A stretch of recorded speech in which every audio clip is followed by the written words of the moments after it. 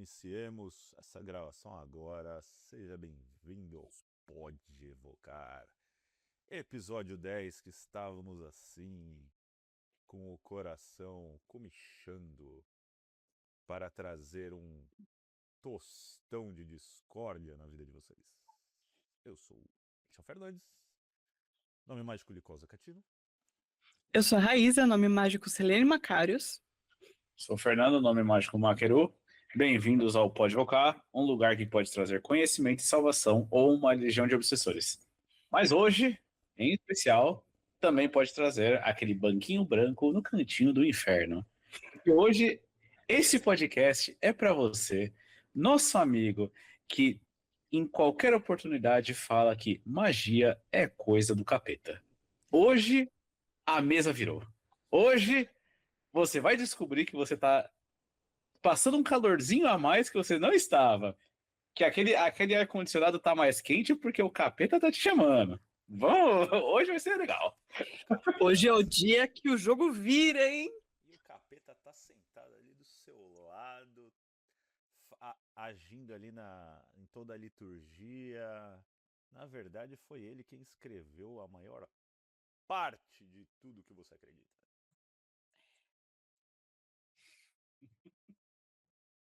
Ao invés de simplesmente chegar e falar assim das nossas opiniões, como sempre, não que a gente não vá fazer isso, porque a gente vai dar nossa opinião e quem não gostou que vá se fuder. Mas hoje como a gente vai pegar num assunto assim polêmico, e meus chifrinhos aqui do show do AC/DC não estão aparecendo. Assunto bem mamiloso. É mamiloso, sim. Nossa. A gente foi fazer pesquisa. Mas não é pesquisa assim, Google e acabou. Não.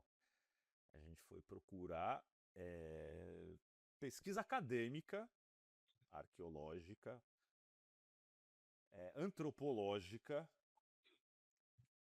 para poder bater na cara de vocês. Porque não é só, eu acho, como todo mundo que fala, eu acho que para tal palavra tem tal significado, pau do seu cu. Não, aqui a gente foi trazer um contexto histórico embasado em pesquisas científicas, em publicações que estarão aqui nos comentários para você ler e chorar. Porque não adianta a sua interpretação, o que importa é a arqueologia, que a ciência está ali, atestando que foi aquilo que aconteceu. Então, chupa.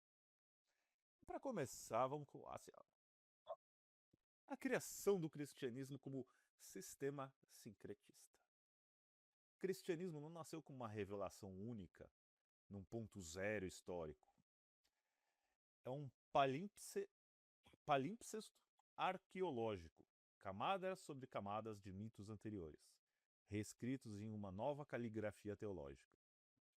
Não há verdade a ser validada ou invalidada. A tecnologia espiritual que funcionou e funciona como sistema operacional para milhões de consciências, seu poder reside não na historicidade de seus eventos, mas na eficácia simbólica de seus arquétipos. O herói que desce ao submundo, o filho sacrificado, a mãe imaculada, a ressurreição como promessa. Estes são os constituintes universais da psique humana, codificadas em mito para serem operacionalizados em ritual. A neutralidade absoluta exige reconhecer que, seja como construção histórica, tecnologia, psicologia ou máquina egregórica, o cristianismo é uma das mais bem-sucedidas formas de engenharia cultural já produzidas pela espécie humana. Não porque Deus o fundou, mas porque os humanos, em seu desespero e genialidade, souberam forjar um símbolo que fala diretamente às profundezas arquetípicas da alma. Pausa aqui, antes de falar a parte de contexto, porque só aí você já fala, caralho, mano. são camadas e mais camadas de mitos, histórias e tudo mais que separa para ver. Pega desde os primeiros. O dilúvio.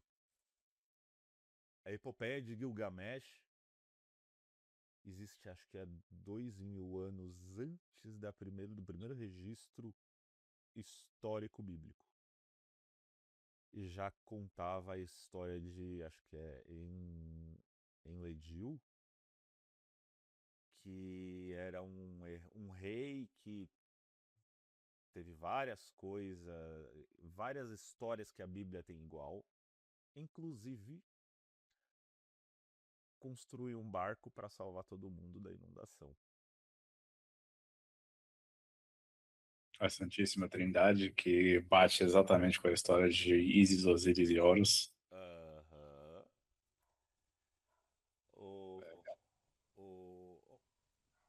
A gente vai chegando nessa parte sobre Mitra e o aspecto solar de Jesus. Mas, cara, a história na parte judaica, vamos parar para pensar que eu já falei isso em outros podcasts.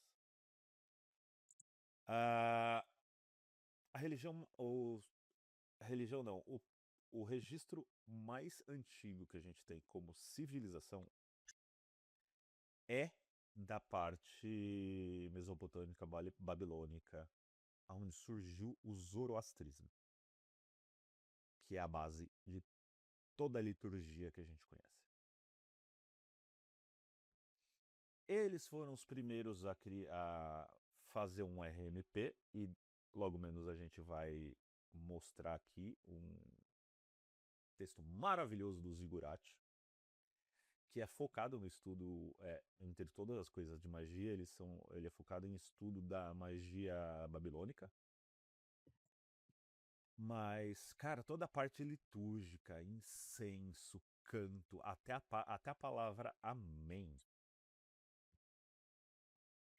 vem da escrita cuneiforme mesopotâmica, babilônica, que é a Rem, alguma coisa assim.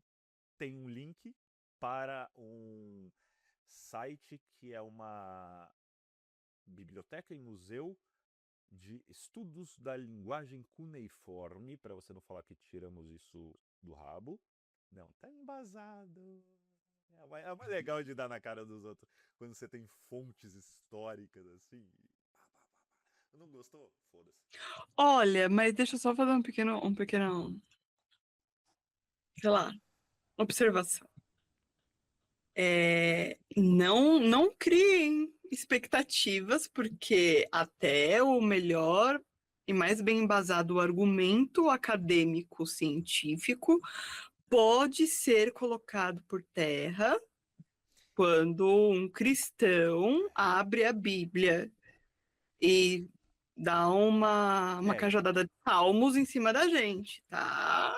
Não criem expectativas, tá bom? Não existem fatos quando a pessoa fala, mas foi Deus que quis. Exatamente. Porque a palavra está dizendo. Mas você interpretou errado. Não importa não importa que uma IA tenha descoberto quase 5.000 contradições de textos bíblicos. Não, você tem que entender o contexto, porque na verdade a pessoa não quis dizer muito bem isso. Também vamos chegar na construção dos próprios evangelhos, que também são colcha de retalho. Mas é isso. Cara, eu acho sensacional. Eu que quase fui pastor, né? O nosso papito é de monge a mago, eu poderia colocar quase pastor a mago. Mas, na verdade, todos os três aqui já foram cristãos, né? Então, é o podcast dos cristãos a mago. Mas a gente aprende na igreja, tipo, ai, nossa, porque Constantino se converteu e porque a igreja, depois de perseguida e não sei o quê. Sim, existiu a perseguição e eu cito de novo um livro que eu li e chorei muito porque é foda, que é o Livro dos Mártires, de John Foxe, que foi escrito em 1500 alguma coisa. E ele pega os registros da própria igreja dos primeiros 500 anos é, do que eles têm como igreja. Então, sim, morreu gente pra caralho no Coliseu. Foi os primeiros padres, arcebispos, os que começaram a questionar a igreja até culminar em...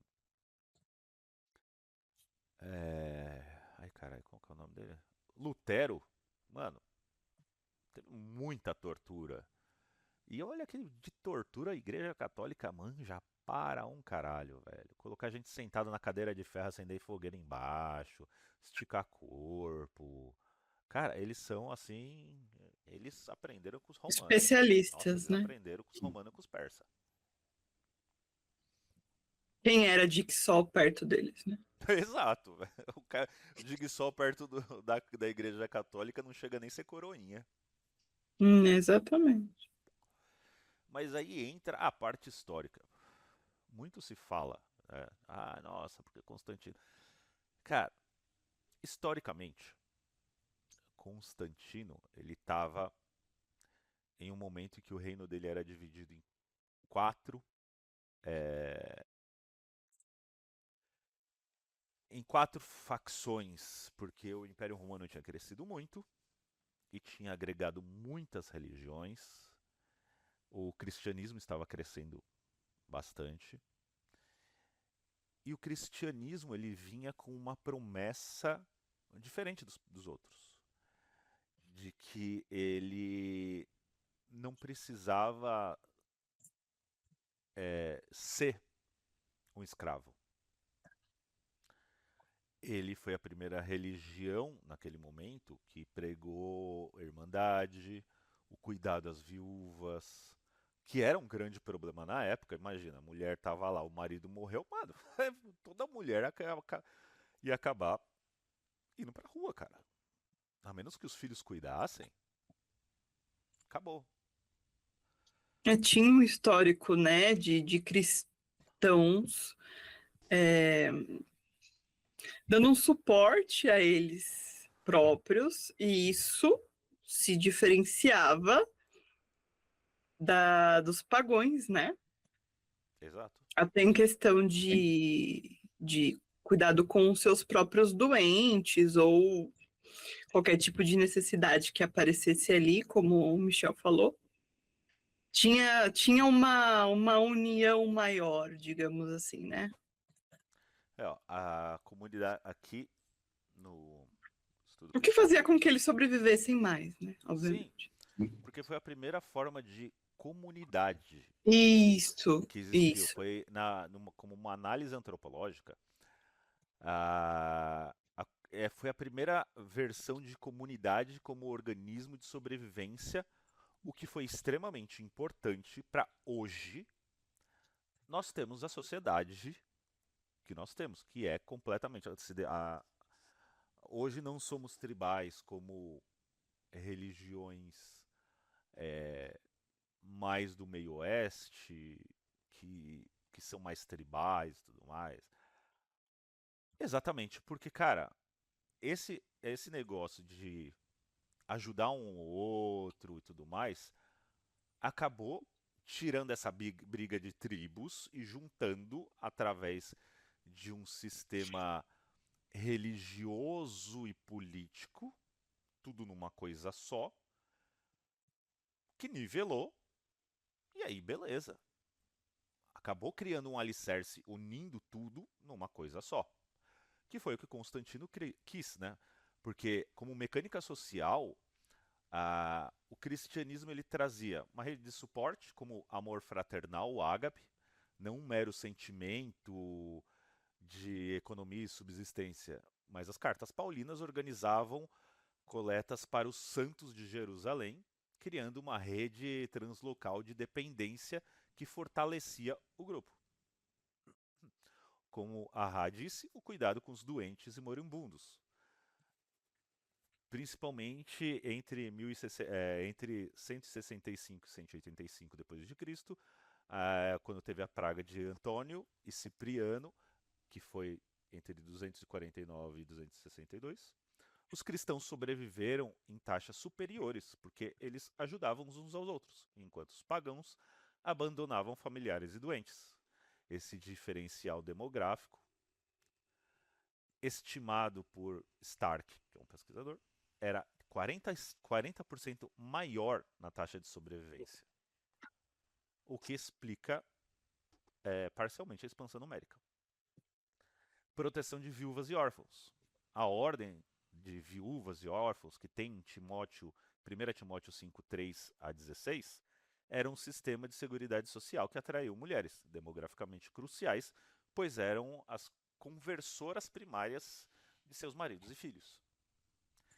Então você, senhorinha do coque, que ajoelha e ora para o seu marido se converter, você está repetindo um padrão aí de muitos e muitos anos para trás. Olha só que bonito. Descrito lá no livro de Timóteo.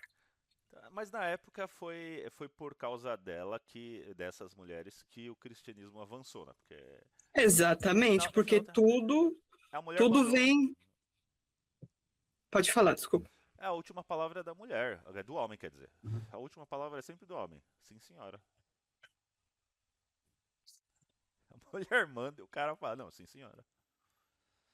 Então, a mulher tá lá. E é aquilo, né, que falam muito que a mulher, quando ela é sábia, ela edifica o lar, né?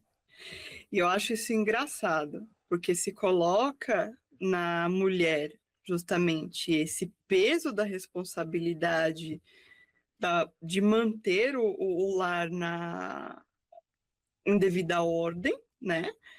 Só que também, por um outro lado, a coloca nesse espaço de ser subjugada pelo homem também, porque dentro do cristianismo a mulher ela não tem autonomia e ela não tem toda essa importância aí que dizem que ela tem. Então é de acordo com aquilo que realmente, tipo assim, é interessante para mim que a mulher faça isso para manutenção da egrégora masculina do patriarcado. Afinal de contas, o cristianismo é uma religião patriarcal, né? Na Então, se verdade, não for só o interessante... cristianismo, porque existem estudos que falam sobre o próprio judaísmo ter excluído a consorte de Deus dos seus registros anais da história para fortalecer isso. E lembremos que o cristianismo nada mais é do que um copia, mas não faz igual, do judaísmo. É aquela fanfic que a J.K. Rowling falou assim, não vai entrar no canone não. Foda-se Harry Potter, aqui é Team Voldemort. Que mais? Deixa eu ver aqui. Opa, quase derrubei aqui. Para compreender a conversão de Constantino, 272 a 337, é necessário primeiro dissecar o sistema político-religioso que ele destruiu e reaproveitou. A tetrarquia estabelecida por Diocleciano em 293 d.C., dividiu o império em 4 regiões, cada uma governada por um Augusto ou César, com uma ideologia de restauração tradicionalista. Diocleciano, um conservador religioso, lançou a Grande Perseguição entre 303 a 311, não por ódio ao cristianismo, mas porque os cristãos recusavam-se a participar do Cultus Deorum Imperial, sabotando a Pax Deorum, a paz com os deuses que garantia a estabilidade do Estado. A tetrarquia colapsou em guerra civil após a abdicação forçada de Diocleciano em 305 d.C.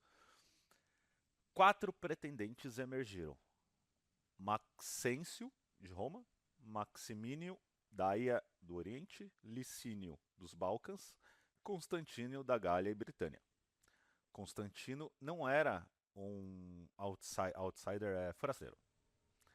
Era um filho de Constâncio, Cloro, um dos tetrarcas originais, e havia servido na corte de Diocleciano em Nicomédia, como Obeses. Obeses é refém de garantia de lealdade. Quando eles iam para algum reino superior, pegava o filho de algum vassalo e falava: ó, vou ficar com seu filho aqui, se você não me obedecer, mato ele, tá? Valeu. É minha garantia. Minha garantia.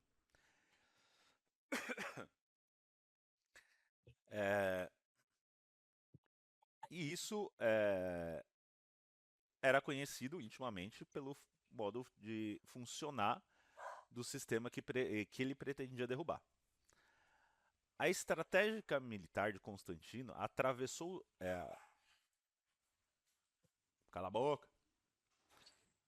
Constantino atravessou os Alpes mais pra frente, quando ele já estava no poder, com 40 mil homens para enfrentar Maxêncio, que dispunha de tropas superiores e da posição defensiva de Roma. Maxêncio era pagão, convicto, protetor de cultos tradicionais e havia alienado a cúria senatorial ao impor taxas confiscatórias. Constantino precisava de diferenciação ideológica, um casus belli que não fosse mero âmbito pessoal, lealdade de tropas mercenárias germânicas, soldados francos, alamânicos de Constantino que não tinham apego a culto romano tradicional, um deus universal portátil era mais eficaz para eles, apoio das elites orientais, o cristianismo já era majoritário em cidades como Antioquia, Alexandria e Éfeso, e aliar-se a elas abria a porta diplomática ao oeste, no Oriente. O Edito de Milão, de 313, a intervenção da tolerância como arma, ele negociou com Licínio e não legalizou o cristianismo. Isso já havia sido feito pelo Edito de Tolerância de Galério.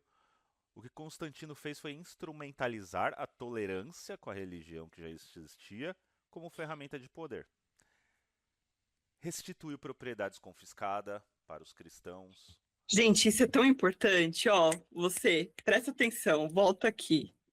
Continua. Cara, isso é muito importante. Isso é muito importante. Naquela época, vários cristãos vários cristãos foram tirados de suas terras, tal.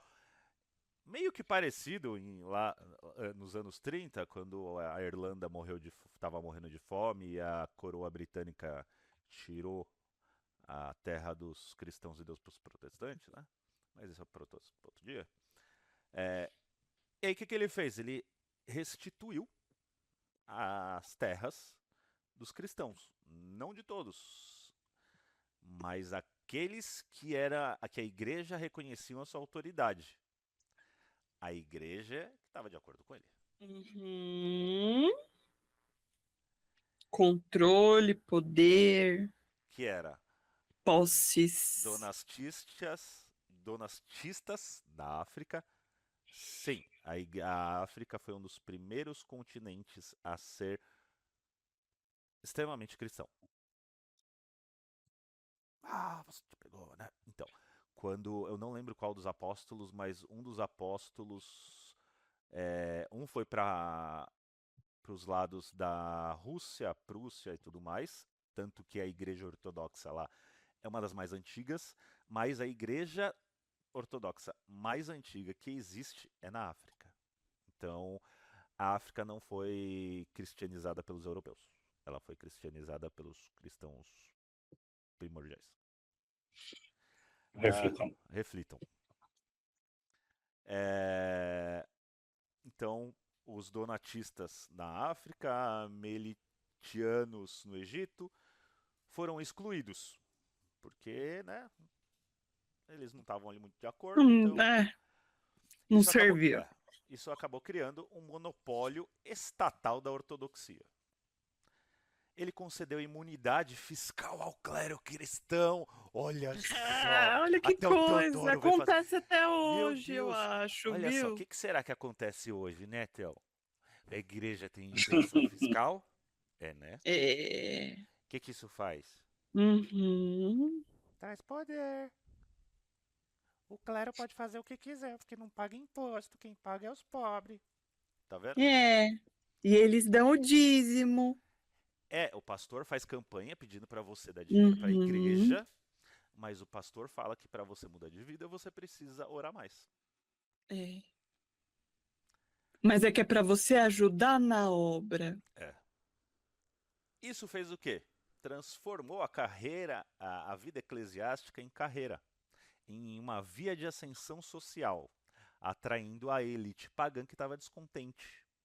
Com, né? Pô, sou sacerdote aqui, os caras não estão me dando dinheiro, mas se eu for cristão, se eu me converter aí, pô, eu vou ganhar, né, umas moedas de ouro. Tá bom. Tá ótimo. Subornou as decisões episcopais à aprovação imperial. O bispo tornava-se funcionalmente um funcionário público. Constantino não favoreceu o cristianismo por fé. Construiu uma igreja estatal que funcionaria como burocracia paralela. Os bispos ganharam jurisdição civil, o chamado Episcopalia Audientia, tornando-se juízes em disputas comerciais e matrimoniais, uma delegação de poder que comprava a lealdade eclesiástica com autoridade judicial. Ou seja, tudo aí já estava se misturando belamente. Porque os romanos sabiam projetar as coisas. É. Eu acho que não teve um governo, um reinado que fosse tão influente no ocultismo, no hermetismo, porque, né, mais ou menos nessa época já estava ali o hermetismo. Tem pessoas que dizem que o hermetismo veio antes. Como a roupagem que a gente conhece, ela é mais ou menos dessa época. Agora, como uma via de mão dupla entre Egito e Grécia, onde eles faziam troca de filósofos, existiam templos egípcios na Grécia e templos gregos no Egito. Isso já eram polos muito fortes, como filosofia, como agricultura, em construção. Então, a troca entre eles era muito grande. Então, nada mais natural do que eles fazerem esse sincretismo que deu origem, né, ao hermetismo. Que aí você vê que a galera de Roma, depois de ter tomado a Grécia, de ter absorvido tudo aquilo, toda aquela filosofia e tudo mais, tanto que os deuses são os mesmos, só muda, os nomes são adaptados, Uhum. eles mantêm todo esse conhecimento e falam, pô, a gente aprendeu como fazer isso, fazer uma transição suave, que a gente fez um upgrade aqui no sistema operacional, a galera nem sentiu tanto. Vamos tentar então colocar aqui um aplicativo 1.0, põe junto aqui, pá, um widgetzinho que você vai clicar e apareceu Deus para você. Você não vai mais precisar desse monte de coisa, tal. É mais fácil do que você ter que se locomover até as grandes cidades, os grandes centros para adorar os deuses antigos. Arruma. Por favor, falem aí. Tem até um espírito passando atrás do Dinho aí. É a entidade esposa. Exatamente, a entidade mais poderosa do universo. Ó, sejam pagãos. Sejam. Não, vocês têm que ter. Todo mundo tem que ter uma relação monoteísta. Louve seu marido e sua esposa. E aí entra a outra coisa de o porquê o islamismo tem crescido de forma tão grande. São religiões abraâmicas, todas elas têm como fundação Abraão, embora o cristianismo e o judaísmo venham de Isaac e o islamismo ele já puxa mais para Ismael, se eu não me engano.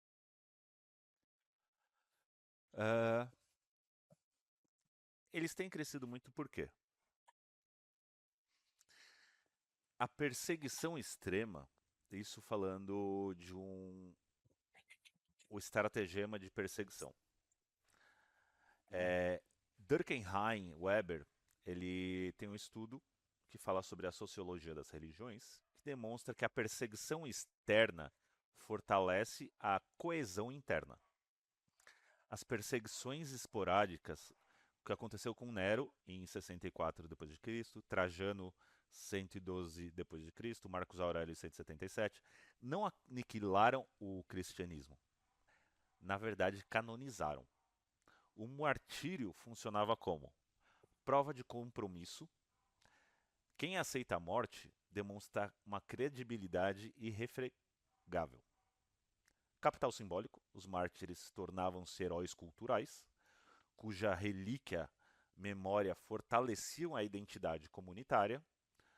A conversão por escândalo, o espetáculo da morte voluntária, como um ato de espetáculo com gladiadores, de Tertuliano, o apologético, impressionava espectadores pagãos e alguns até se convertiam, porque se comoviam tanto com o amor da pessoa estando lá, tipo, não, vou, tá aqui, você vai me matar? Beleza, vou morrer pela minha causa. A pessoa olhava e falava assim, cara, Sim, e a não faz gente sentido a vê. pessoa morrer assim por um Deus. A gente tá aqui falando que o Deus que se faz de humano, que come a outra, e não sei o que lá, a pessoa tá com um amor desse. Não, emocionado. Essas grandes. Esses grandes eventos que causam comoção nas pessoas e pegam ela justamente nesse lado mais sentimental, a gente vê acontecendo hoje. Sim. Me vê muito. E por Eu, isso. eu ia citar exemplos aqui, mas eu achei melhor deixar quieto. Cite, por favor. Igreja da Parede Preta. Sabe, Igreja da Parede Preta? Eles fazem muito esse tipo de coisa, viu? De pegar vocês pela emoção Mas e olha, fazer todo um negócio assim, ó, com música, com ambientação, com jogo de luz e palavras e crescente, aquele som que vai crescendo, aquele negócio. Isso, gente, tá lá, ó. Antigamente isso acontecia também, tá? E a galera se convertia não porque Jesus tocava no coração delas, mas porque elas viam algo que comovia elas, e e dava um aí elas significado pra vida, porque querendo ou não, você davam vê que uma pessoa. significado para a Porra, vida. E aí ela. imagina, a pessoa tá ali como a vida é uma merda, Uhum. a expectativa de vida é 30, 40 anos. A pessoa vai ficar pobre. E aí você vê uma pessoa simplesmente doando a vida dela, falando que Deus vai receber ela num lugar com ruas de ouro e tudo mais. E ela passa a ver a vida dela com um significado. Eu não sou mais uma pessoa que simplesmente sou um escravo, que foi também um dos problemas que Constantino viu, o porquê que crescia tanto. Os escravos sabiam que eles iam ser escravos, eles estavam fadados a viver as suas vidas e reencarnar como escravos e tudo mais. Eles sempre iam ser escravos. E aí chega uma ideia maluca falando que não, ele tem um galardão ali no céu que se ele sofrer, se ele for fiel ao seu senhor, ele vai ser recompensado. O que eles falavam? Falou, valeu. Bora. Me mata aí. Não tem problema não, eu vou ser recompensado depois. Tá tudo certo. E o que a Rafa falou, olha, meu pai é maestro. Eu quase fui pastor. Eu coordenava cultos de domingo, e existia toda uma liturgia. Quando alguém do louvor colocava uma música muito melosa logo de começo, o pastor, nossa, ele ficava putaço. Por quê? Porque a Não era liturgia... ainda a hora do apelo, né? Exato. A É no liturgia é apelo. o quê? E você pode pegar qualquer álbum de, sei lá, Batista da Lagoinha. A primeira música é muita festa. E aí ela vai se destrinchando e tudo mais, e vai diminuindo. As letras elas vão se tornando mais melódicas, mais emocionantes. Elas vão falando mais do sacrifício, do amor e tudo mais, até chegar no seu ponto mais Ápice. baixo. Não dá nem É. falar que é o ápice, porque o ápice pra mim é o começo, que é uma festa, né? Mas o seu ponto mais baixo emocional, Não, ápice do apelo emocional, é. sim, Sim. o que seria tipo o ápice do apelo emocional é o ponto É o mais baixo na questão da música, na tá. questão da música. Porque Aham.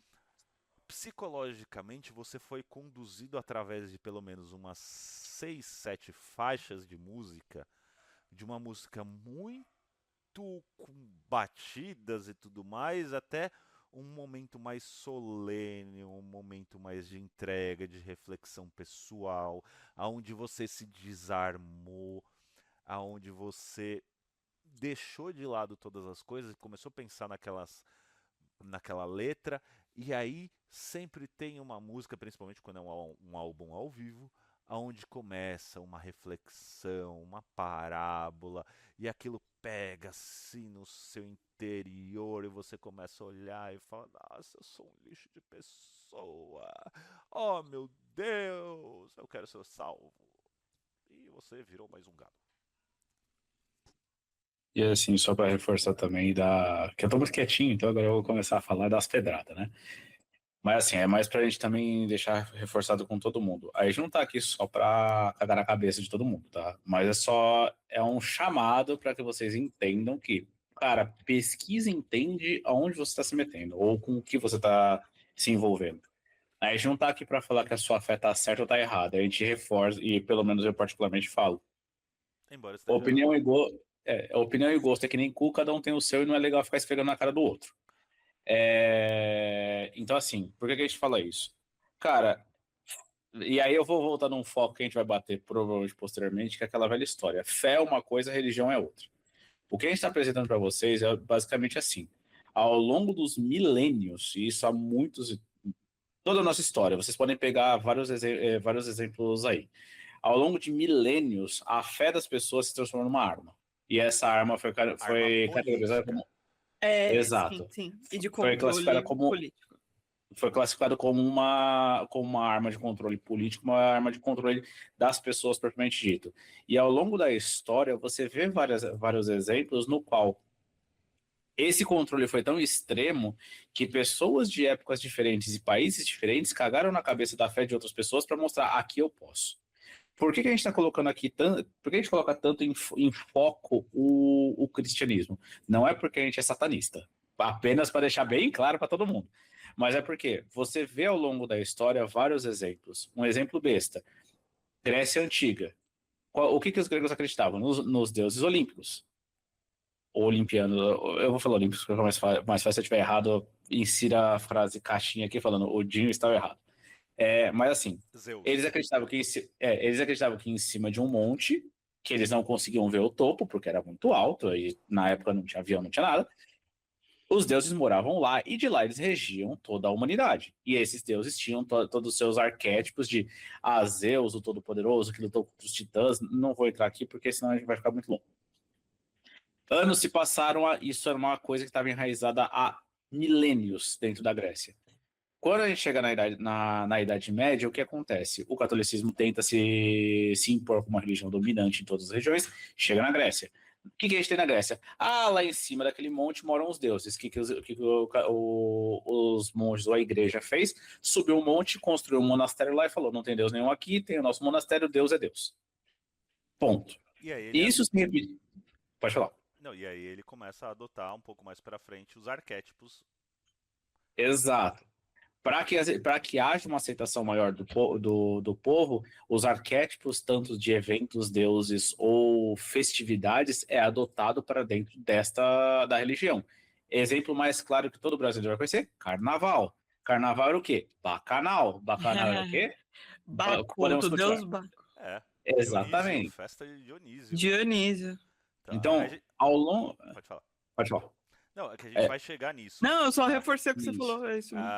Na Revolução de Constantino, ele, em 312 depois de Cristo, depois da Batalha da Ponte da Milvia, não foi uma epifania, uma conversão dele, mas um cálculo político de unificação imperial. Porque trazer todo mundo sobre a égide de uma única religião fazia uma religião monoteísta portátil, capaz de unificar um império multiétnico, ao contrário de vários cultos étnicos judeus ou egípcios. Judaicos, né? Ou egípcios. Uma hierarquia centralizada, obediente, que era o episcopado, que podia funcionar como burocrata paralelo ao Estado, e que depois foi o tiro que saiu pela culatra. A promessa de lealdade absoluta, porque já tinham os heróis cristãos que foram os mártires e todo mundo olhava e tudo mais. E aí saiu o Edito de Milão, o primeiro concílio de Nicéia. Eles não salvaram o cristianismo, eles transformaram em tecnologia de governo. Arianos, donatistas, gnósticos e outros hereges foram exterminados não por erro teológico, mas por desafiar a unidade política que Constantino exigia da sua religião estatal. E aí, vamos lá. Essa parte. Vamos pular um pouco para ressignificação e agregação da ressignificância. Quando imagina que estava Constantino com 4 religiões, 4 pensamentos diferentes, e os servos, os escravos não queriam mais obedecer porque eles naquela época se acreditava em reencarnação. Foi um sínodo que decidiu que não, esse negócio de reencarnação vai acabar. Vocês vão me obedecer, senão vai pro inferno. Não vai ter esse negócio de reencarnação, não. Não tem segunda Não tem chance. segunda chance. Aqui, ó, escrevemos aqui, então isso daqui é a voz de Deus. Se É. fudeu. A partir de Porque hoje. fica melhor se você tem uma Sim. segunda chance. Porque se você tem uma segunda chance, se você tem uma reencarnação, o clero não consegue mandar tanto em você. É, Não, o clero tá falando tal coisa, beleza. Vou fazer o que eu quero agora, vou reencarnar depois. Aí entra o quê? O clero vai lá, em um dos sínodos, e fala assim, ó, não, a partir de agora tá proibida a reencarnação. Ai, eu adoro. Agora não vai ter mais, Não vai ter mais. entendeu? Chega, acabou. Eu, Acabou essa eu putaria. proíbo a roda de Sansara de acontecer. Exato. Pobre reencarnando, pobre viajando de avião espiritual, não vai acontecer. Não pode. vai. Não pode. E aí entra o quê? A... Ai, caralho, como que é o nome em português? Blackmail. Chantagem, que é o inferno. Ou você me obedece, e aí você vai pro céu, ou você vai pro inferno, sofrer pela eternidade. E aí com 4, voltando um pouco, com 4 ideias diferentes, o Concílio de Nicéia chega e fala assim, vamos. Não foi só o Concílio de Nicéia, foram vários momentos. Nesses mais de 500 anos que que continuou, porque foram camadas e camadas, foram concílios, sínodos e não sei o que e tal. Nossa, inclusive isso me lembra a venda de indulgências, né? Importante mencionar isso, hein? Que é uma das coisas que, na época, o movimento protestante foi extremamente importante, porque os caras catavam um pedaço de osso do pescoço da galinha, falava que era o dedo mindinho de um santo lá, e o outro dava metade do reino, cara. É um absurdo. Mas aí o que que Constantino fez? Puta, como vamos deixar isso daqui de uma forma que dê para vender e que fique palatável? Porque já ficou provado que, ao longo do tempo, a primeira geração aceita naquela de ok, vai, eu vou me converter aqui só para poder fazer negócio com você, tal. E a pessoa se converte e começa a colocar umas coisas em casa, mas ele continua acreditando nos deuses antigos. Mas o filho começa a crescer com essa dupla camada de crença. Existe ali a crença do meu pai, existe os novos que os meus amiguinhos estão falando.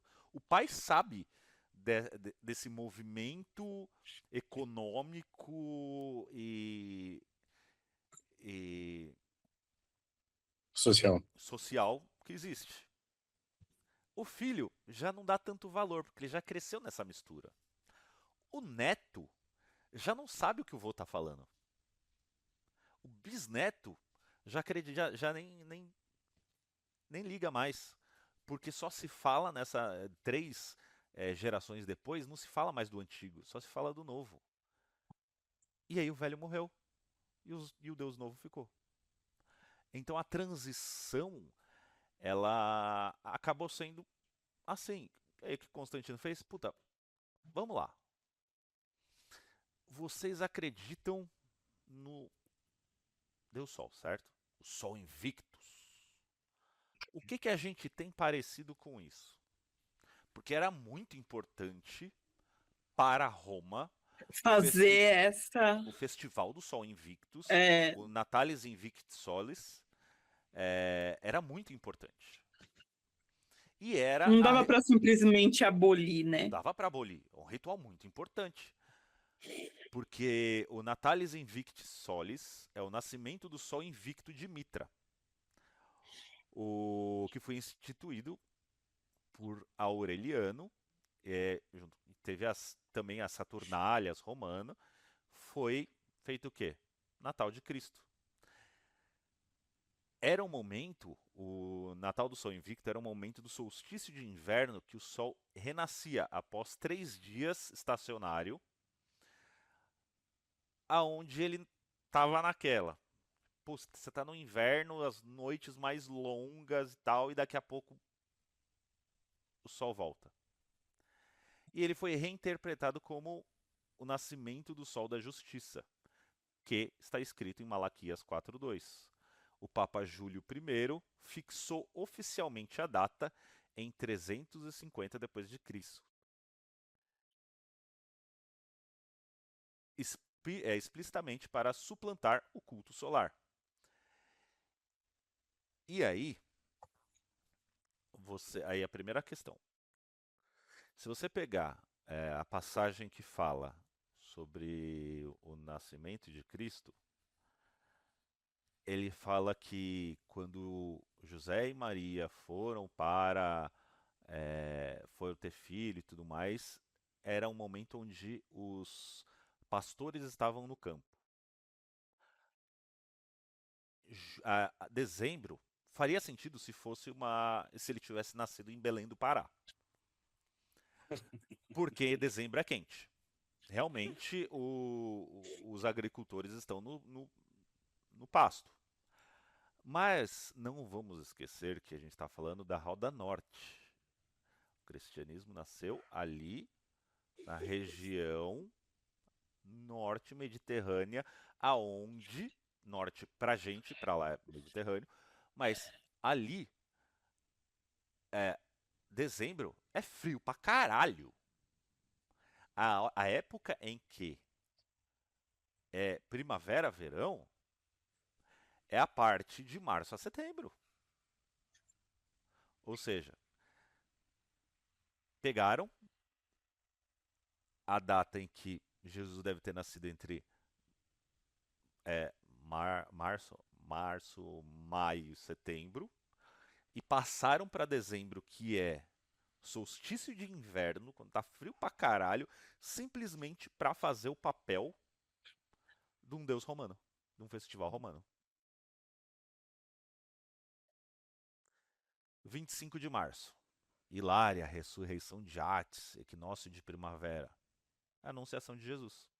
A concepção foi calculada 9 meses antes do Natal. Atis ressurgia da morte, no mesmo dia que Jesus começava a sua encarnação. 1º de janeiro, o Deus dos começos. Dia de Janus, a troca de presente, coroação de reis da Saturnália.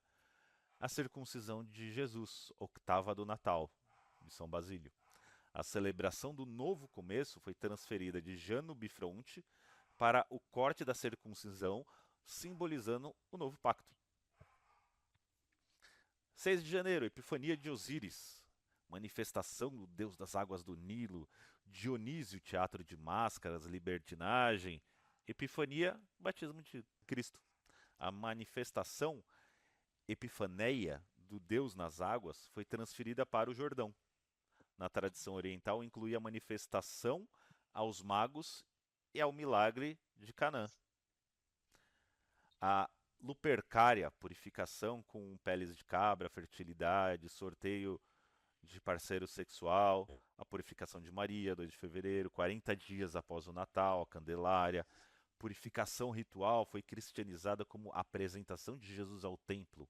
Purificação de Maria. As velas substituíram as tochas lupercais. Março-abril, lua cheia pós-equinócio. Páscoa pagã, Eostre, deusa germânica da fertilidade. Coelhos, ovos de Páscoa. Easter eggs, deusa Eostre. Holi, do hindu. Dionísia, virou a Páscoa cristã. O nome Páscoa, Easter em inglês, Osten em alemão, preserva a deusa germânica. Os ovos, símbolo de fertilidade universal, foram ressignificados como um túmulo vazio. O coelho, o animal eostre, persistiu como símbolo popular. Beltrane, o Beltrane celta, fogo purificador. Dia de São José operário, instituído por Pio XII em 1955. O Dia do Trabalhador, gradualmente suplantando as celebrações marianas e josefinas. Dia de Jano, 24 de junho, festa de Hércules, Lita Germânica, virou nascimento de João Batista. Ele deve crescer e eu diminuir. O solstício de verão, os dias encurtando, simbolizando o declínio do precursor, enquanto Jesus, nascido no solstício de inverno, ascende. Dia 1º de novembro, Solwen, Dia das Bruxas. O fim da colheita, portal para o mundo dos mortos.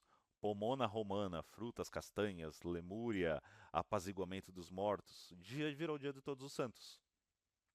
Instituído por Gregório III em 731 d.C. para suplantar o culto dos mortos pagãos. A noite anterior, Halloween, preserva os elementos pagãos, máscara, espíritos. A igreja transferiu a veneração dos mártires para todos os santos, monopolizando o acesso aos mortos benevolentes. Então, cara, e ainda tem uma lista gigante aqui que... Fora os santos, né? Tipo, Apolo, Sol Invictus, virou João Batista, o precursor do Sol, porque Apolo ele vem com a carruagem trazendo o Sol. Diana, Artemis, Éfeso, Gália por toda a Europa, Santa Maria. Ísis, Egito, Mediterrâneo Oriental. Maria Teotocos, mãe de Deus, título isíaco. Stella Maris, estrela do mar, título de Ísis. Virou trono da lactação divina. Ísis amamentando Horus, que é uma estátua extremamente antiga. E aí você pega a estátua de Maria, tá o quê? Segurando o bebê Jesus, amamentando. Exatamente como Ísis.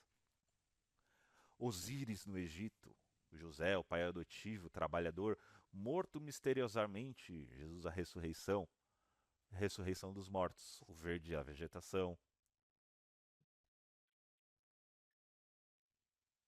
Horus no Egito, o Jesus menino, concepção virginal, ameaça de morte infantil por 7 Herodes, o prodígio infantil.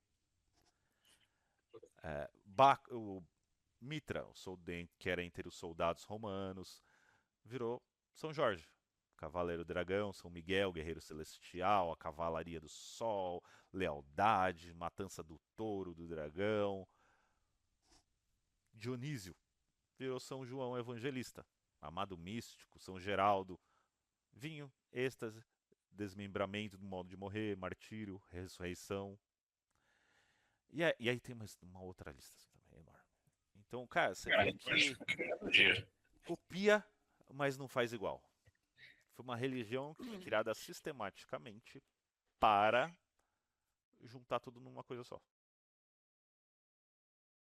E aí o tempo passa e a concepção básica do que estava lá atrás começa, graças à nossa maravilhosa sociedade, se tornar cada vez mais extremista. Cerveja, peraí. Pode continuar que tá gravando. E aí a gente chega no ponto... eu queria chegar no ponto quando o Michel estivesse aqui, mas vamos lá. A gente chega no ponto do extremismo que aí a gente cria a gente cria a cadeia que nasce do cristianismo. E aí nós chegamos na religião favorita de todos nesse momento, que é o CRE, a Igreja Evangélica. É porque vai ramificando, né? Isso. E aí que entra todo... O Michel vai me matar, porque aí a gente já tá evoluindo bastante tempo, mas não tô nem aí. Agora ele não tá aqui. Eu e a Raia, vocês estamos tomando o podcast, tá? Quando o Michel voltar, vocês fingem que vocês estão com a gente. Mas basicamente o que acontece depois disso é quando você vê a concepção de quando a religião propriamente dita se mistura com a condição de governo. Então, por exemplo, o que hoje a gente tem no nosso maravilhoso Brasil veronil? A gente tem uma situação na qual você tem uma classe religiosa que efetivamente está se envolvendo diretamente com política. Então, eu concordo com você, Dinho, mas eu acho que assim, isso acontecia lá atrás. Sim. Então, a gente, na verdade, só vê o negócio se replicando de eras em eras, só vai acontecendo de novo, de novo, de novo. Sim, e isso exatamente serve para as pessoas hoje em dia também abrirem o olho e ver como a história é cíclica. Ela se repete. Exatamente. Da mesma forma que você vai ver várias arquetipações sendo adaptadas para as mais diversas religiões. Cara, hoje, sem dar dicas, mas assim, se você peguem 20 minutos do dia de vocês e estudem pega um bloco de religiões ativas hoje, religiões conhecidas hoje, e façam uma análise da história dessa religião e comparem com outras religiões. Vocês vão começar a ver os arquétipos começando a bater. Islamismo, catolicismo. Do Christopher Hitchens, que ele já faz esse papel tudo e pega um monte de religião e fala assim, olha só essas religiões aqui, tudo abrâmica, é tudo a mesma coisa. Leia esse livro que é fantástico. Exato. Então, assim, conforme você vê isso, e hoje, infelizmente, como a gente tem muita gente que não está nem um pouco a fim de ler livro, e não está a fim de estudar absolutamente nada, mas você consegue enxergar isso claramente no que acontece. E não é só aqui, isso a gente está falando de planeta inteiro. Quem não conhece como funciona a igreja, o que seria um equivalente à igreja evangélica dos Estados Unidos, é um Ctrl-C, Ctrl-V que está acontecendo aqui. O pessoal começa a se envolver efetivamente na política, começa a controlar as pessoas e começa a usar elas de massa de manobra. Não tem jeito. E assim, de novo, aí volta o que eu falei lá atrás. Isso, basicamente, é fé sendo transformada em arma. As pessoas começam a ficar cegas e acreditar efetivamente em tudo que está sendo dito, ou se emocionar e falar, cara, que história legal e tudo mais. Mas, cara, toma cuidado. Às vezes a sua própria fé que está sendo voltada contra você para você acreditar numa coisa que não devia. E mexe com... Pode falar. Pode. Não, eu ia falar que mexe com algo muito extremo e universal que todo ser humano tem, que é o medo da morte. Sim. Então, a religião, vamos colocar o cristianismo, porque a gente está falando disso, né? Ela tem o seu próprio modus operandi para tentar acolher e apaziguar esse medo tão primitivo que todo mundo tem. Que é, tá, depois, o que vai acontecer comigo? Eu vou para algum lugar, eu deixo de existir, sabe? E aí, através disso, você consegue criar mecanismos de controle muito eficientes.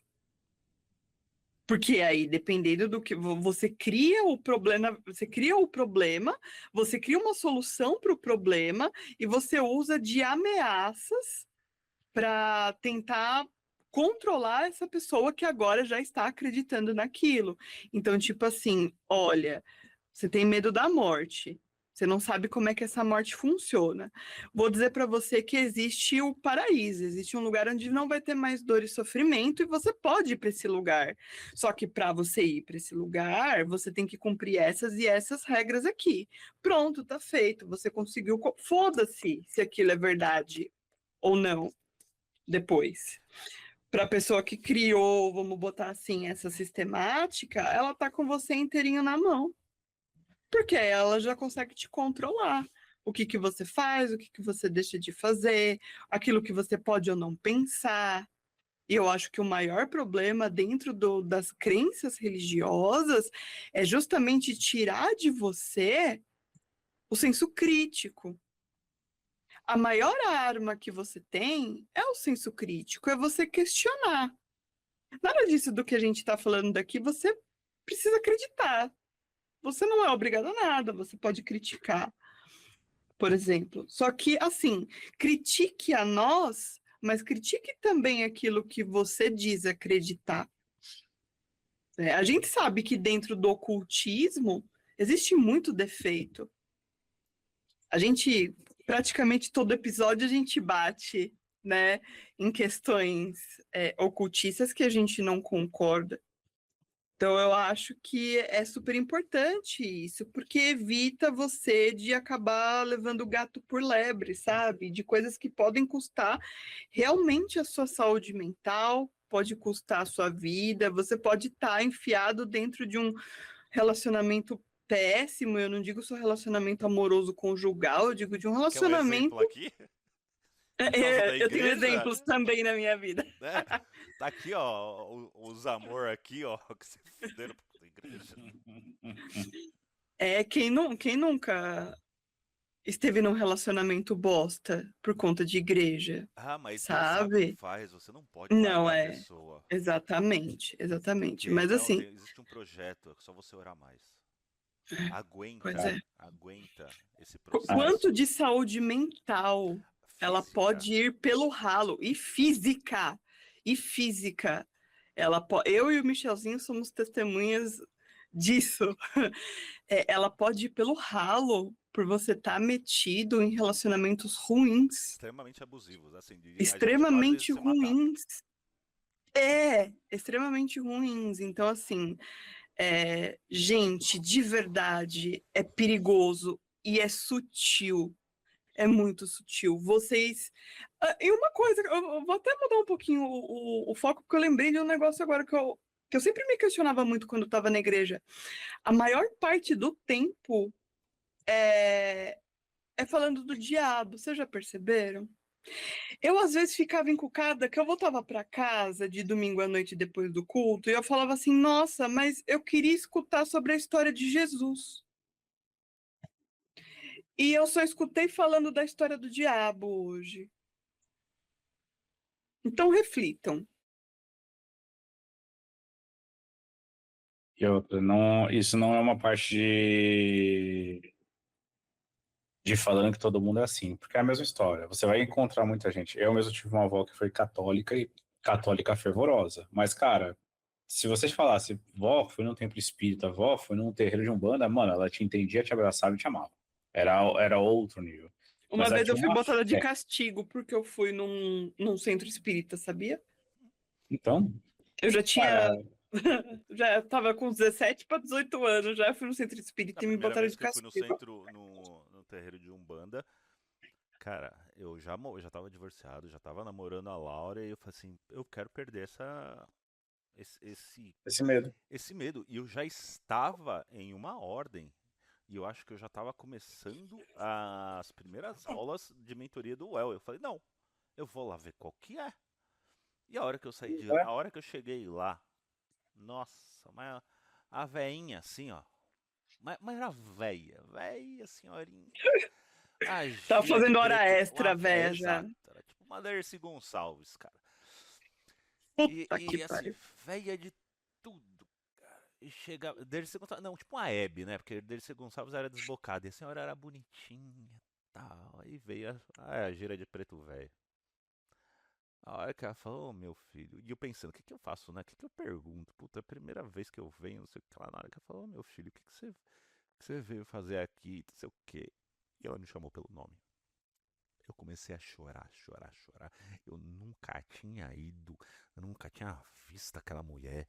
E eu comecei a chorar, chorar, chorar, chorar, chorar, chorar. E ela falou assim, nossa, mas. E começou a falar. Eu saí de lá que eu lavei a alma. Eu falei assim, mano, não tem nada a ver. Esse monte de merda que falam. E aí é o terror realmente que as pessoas fazem. Foi o que a Rafa falou. É, o que ela disse sobre o medo da morte é uma antropologia existencial. Ernest Becker, ele fez um livro chamado A Negação da Morte, de 1973, que identifica o terror da morte como motor primário da religião. O cristianismo oferece a solução arquitetônica perfeita. Imortalidade simbólica, através da descendência espiritual, afinal de contas, todos somos frutos que continuam o trabalho de Jesus.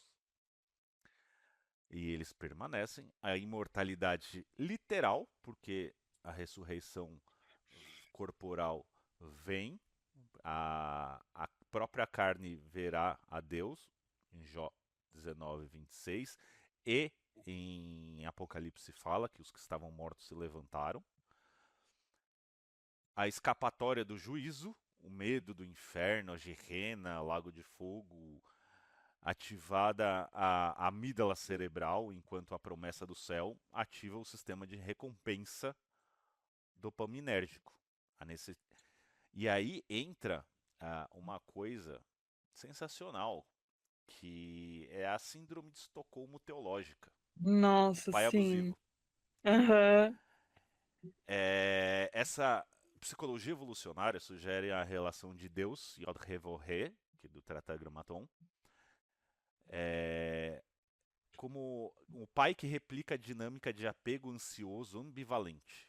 O Deus que cria Uhum. ameaça destruir, o dilúvio. Exige sacrifício, Isaac e Jesus. Mas Uhum. promete salvação se obedecido. Ativa os mesmos circuitos neurais que mantêm a vítima em relacionamento abusivo, tipo o casamento que eu estive, tipo que a Ra esteve. A intermitência de recompensa e punição que maximiza o apeciamento e a dependência. Quanto mais você se subjuga, mais você é exaltado. E fala, tanto é que fala que aqueles que quer ser reconhecido, que seja aquele que mais serve, que é mais fácil passar um camelo pelo fundo de uma agulha do que um rico. Uhum. E aí é Uhum. uma coisa que os pastores pegam Uhum. sem entender o contexto, porque existe uma coisa chamada buraco da agulha. Se você assistiu o primeiro filme do Senhor dos Anéis, vocês veem que quando a Frodo e a galera vai para a cidade encontrar a Gorne, eles batem lá na cidade, que eles vão lá no pônei saltitante. O cara abre a portinhola em cima, já tá noite. Ele abre a portinhola em cima, ele não vê nada, ele abre uma portinhola embaixo. Por quê? As cidades fechavam à noite, então para uma pessoa passar sem estar com arma na mão, ou pelo menos passar de forma em que ela se colocasse como eu não estou aqui para matar ninguém, ela precisava fazer o quê? Ela precisava agachar e passar por um buraco onde ela meio que passava quase que de 4. Ou seja, fazer isso dava segurança para os guardas de que se a pessoa levantasse e estivesse com arma, ela morria ali. Então, para a pessoa entrar em segurança em uma cidade à noite, onde eles sabiam que tinha a galera que eram os ladrões, tinham saques e tudo mais, eles forçavam a pessoa a se ajoelhar. Então aquilo era chamado de buraco de agulha. Ou seja, é mais fácil um camelo se ajoelhar e passar por esse buraco, o que significava se despir do ego, porque vai ter que ficar ajoelhado, do que um Uhum. rico. Não tem a ver com a riqueza em si, tem a ver com a É. riqueza do ego, de si, da soberba. E os pastores usam isso hoje para pregar que você tem que dar dinheiro. Você não pode acumular nada, só eles. Com relógios extremamente caros. Tem um Instagram muito bom para isso que chama-se Outfit do Templo, que mostra Silas Hum. Malafaia, a galera toda com relógio, bolsa aquela Balenciaga, bolsa de 100 mil reais, relógio de 1 milhão e tal. E é isso, cara, é manipulação, é muita manipulação. A galera Puro já simples. aproveita o medo que as pessoas têm de não saber o depois. E mesmo nós, magistas, nós não temos certeza. A gente tem as nossas experiências. Que, como Crowley fala, se a sua experiência valeu, ela está testada por si só. Mas se isso necessariamente significa que no pós-vida a gente vai encontrar alguém, nada garante. Porque a gente não sabe. A gente não tem certeza do. Tudo leva a crer que, porém. Exato. E aí Isso entra a é mais parte que a Raiza também falou sobre a- as práticas e tudo mais. Cara, o ocultismo, até a época de John Dee, a ciência e a paraciência, elas andavam juntos. O que era ocultista que trabalhava os aspectos teúrgicos, espirituais e a ciência em si, elas andavam juntas.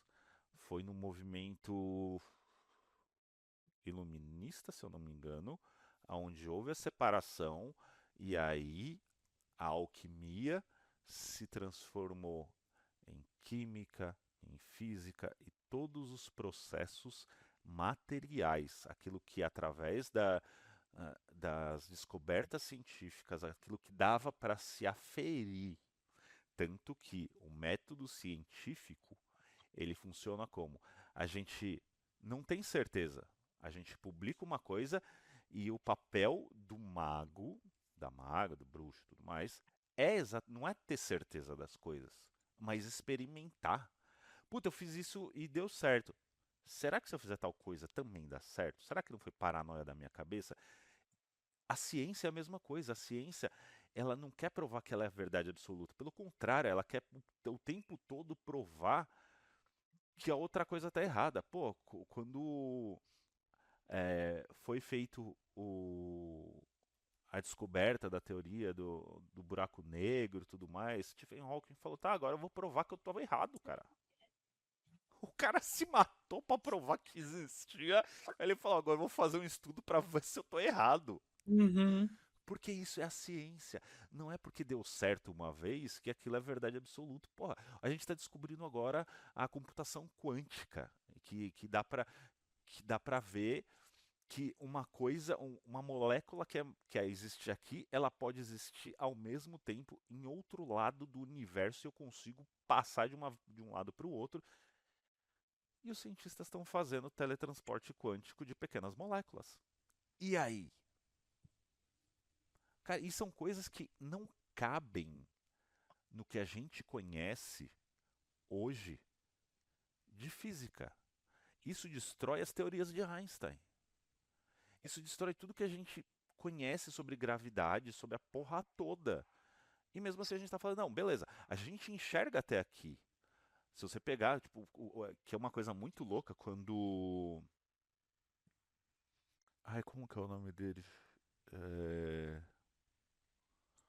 Tem um cara que foi um dos mártires. Ele ele chegou na igreja e falou assim, cara, vocês não têm noção, Deus é muito maior do que vocês estão falando. E a galera começou a... Jordano Bruno chegou e falou assim, cara, como você vai provar que o universo existe? É maior do que você existe. Você vai lá na ponta do muro, você solta uma flecha. Se a flecha bate em alguma coisa, você fala, é maior do que eu imaginava. Aí você vai até a outra ponta, solta outra flecha. Ela vai cair em algum lugar. Se ela não cair em lugar nenhum, você vai lá e fala, mas por que não caiu? Eu vou ali ver. E assim você vai sucessivamente. É o que hoje a gente chama de universo observável. Cada vez que a nossa tecnologia aumenta, a gente vê que o universo é muito maior, tem muito mais galáxias. Quando Giordano Bruno chegou para a igreja e falou, Deus é muito maior do que vocês estão falando, cara. O universo é muito maior. Os caras mataram ele, porra. O cara tava falando que Deus era muito maior do que a igreja dizia. E chamaram ele de herege e mataram ele. Gente, não adianta. Todo mundo que for contra ou que botar, é aquilo que eu falei. Qual que é a maior arma que a pessoa ela pode ter? É o questionar. Não à toa a Então, filosofia existe. Né? E aí, então antigamente, assim, antes do heliocentrismo, se acreditava que a Terra era o centro do universo. Todo mundo girava em torno girava em torno da Terra.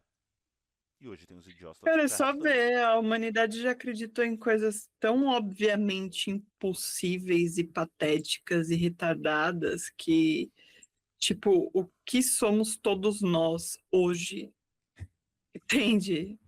É aquilo que a gente sempre fala, se deem a devida desimportância. Cara, A assim, sua religião não é o suprassumo, e a verdade absoluta, o ocultismo tampouco, sabe? A filosofia está aí também se questionando o tempo inteiro. A ciência, o que faz dela ser muito incrível é que ela se autotesta o tempo inteiro. Então, meu cara, coraçãozinho fica até quente quando eu vejo no meu feed as coisas de ciência, as descobertas. Eu falo assim, mano, como isso é maravilhoso, cara. e outra, gente, a gente também tem que colocar da seguinte forma. Todos nós, independente da religião que você seja, você pode ser islamista, você pode islâmico, você pode ser católico, você pode ser evangélico, você pode ser fonte tribal de algum canto da África que acredita, ou de uma tribo da Malásia que acredita que o seu Deus está lá e vai julgar tudo. Todo mundo acredita que existe uma energia criadora, existe um princípio criador que criou toda a existência, a não ser que você não acredite nisso, você já tem, mas beleza? Todo mundo acredita nisso. Todo mundo acredita que existe um Deus, todo mundo acredita que algo criou tudo e tem suas entidades, que tem os seus arquétipos. A gente começa, e aí reforçando, a gente começa a divergir no momento que a gente vai no fundamentalismo que foi colocado dentro da sua religião.